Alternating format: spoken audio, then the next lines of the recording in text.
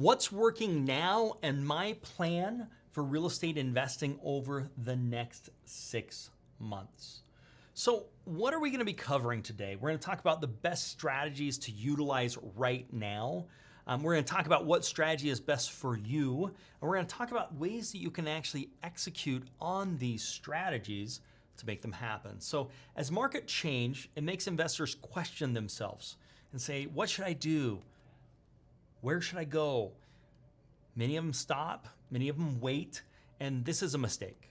You don't want to stop and wait. You should relook at your strategy rather than stop investing. So rather than saying, oh, I'm scared on the market and what's happening, I'm going to stop investing, that's not the right approach. The right approach is to say, let's hit a pause button, let's look at what's out there, what's coming available, and make sure the strategy I'm going after is the right strategy for the market that we're in right now. So some of the best real estate deals will become available over the next couple of years. I think you'll be seeing that, and you maybe just need to change that strategy. That's something that you may have to sit down and say, let's look at a different strategy. I will tell you, changing strategies is not giving up.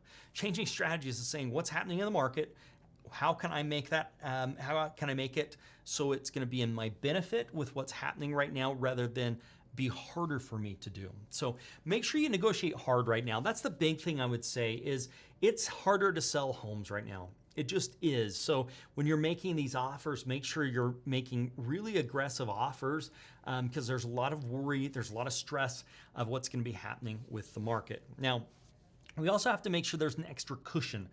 Give yourself an extra cushion in a deal rather than not doing a deal. So if you're doing a fix and flip, I'm going to say, hey, let me get an extra 5 or 10,000 in. Whoops, looks like we need to get our slides working there. Okay, there we go. We maybe need to do some extra cushion, okay? So you can say, rather than just not doing the deal, what if I gave myself a 10% cushion, meaning I'm gonna plan on property values to go down by 10%. What that means is if I thought the property was gonna sell for $200,000, I now think the property is gonna sell for $180,000.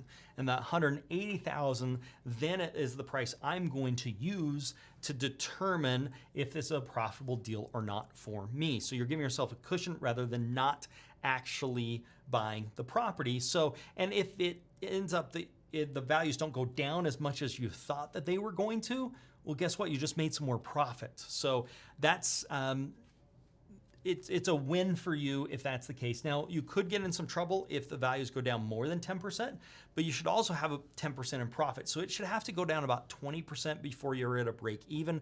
And I think that's going to be difficult to see. Even when we look at houses values, if you go look back in 2008 and what happened with values and percentage that went down in your area, which I don't think this is going to be anything close to that. The other big tip here is make sure you're more selective on properties. Don't just do any deal that comes along. Be more picky about what you buy, negotiate harder on those properties, and just simply be more selective.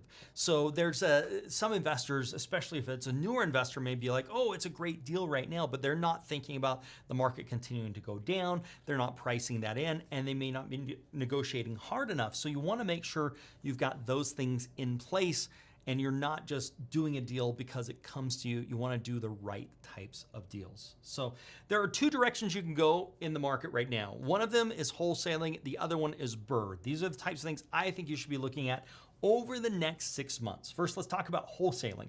Wholesaling, you get a property under contract, then you sell that contract.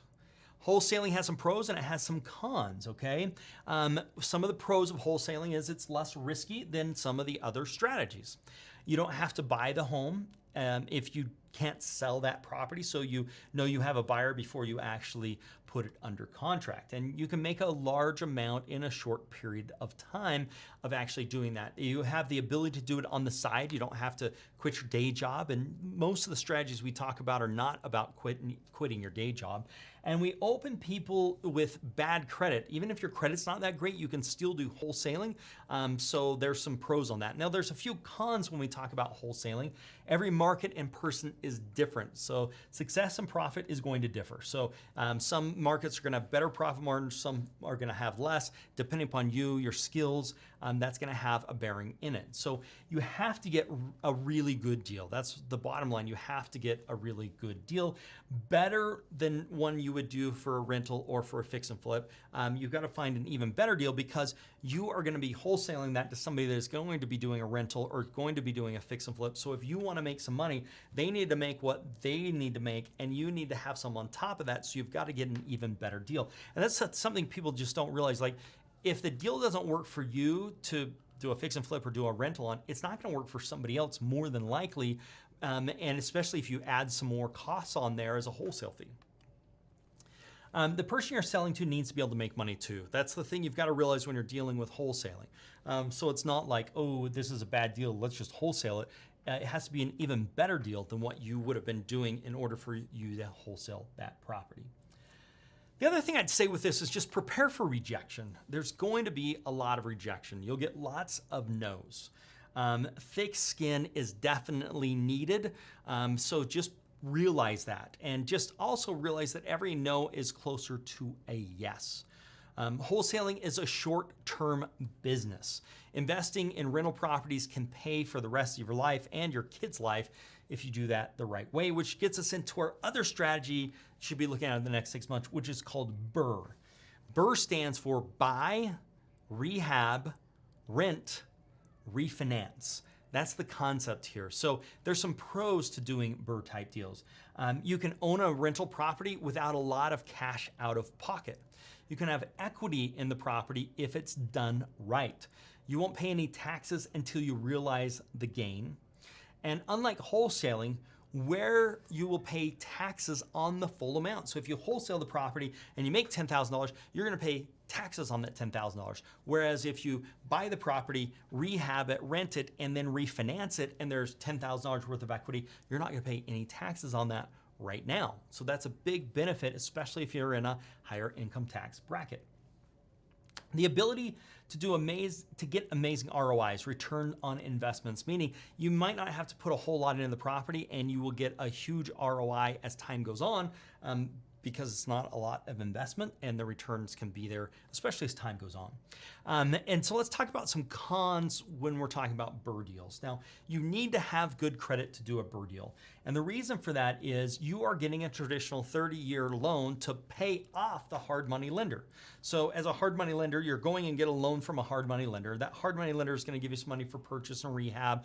And then you are going to refinance that property and pay off the hard money lender. And you're going to do that at a much lower interest rate by going to get a traditional loan. You're going to say, Ryan, interest rates are really high right now. And I'm like, yes, I know. And I will show you how that can work out for us. You're not making a chunk of money up front. That's one of the cons. Like if you're not getting a chunk of change up front, you're investing in something that's actually long-term. The other thing you need to be aware of is appraisals. If it's lower than expected, you may not be able to refinance. So that's something you've got to be aware of because you may not be able to refinance, but unless you put money into it and put some more money into it, and then you could actually then be able to do that refinance. Now, if this is the case and you can't put money into the property, you can sell the property. That's going to be the other thing you're going to come against is simply just selling the property. And the reason why you could sell it versus maybe getting a refinance loan on it is they're going to want to see about 20% equity. So if the property appraises for $100,000, the takeout finance bank is probably going to want to be around $80,000. Whereas if you could sell it at 100, if it appraises for 100,000, hopefully you could find a buyer closer to that 100,000, and then you would be able to make some money. So hope that makes sense to you.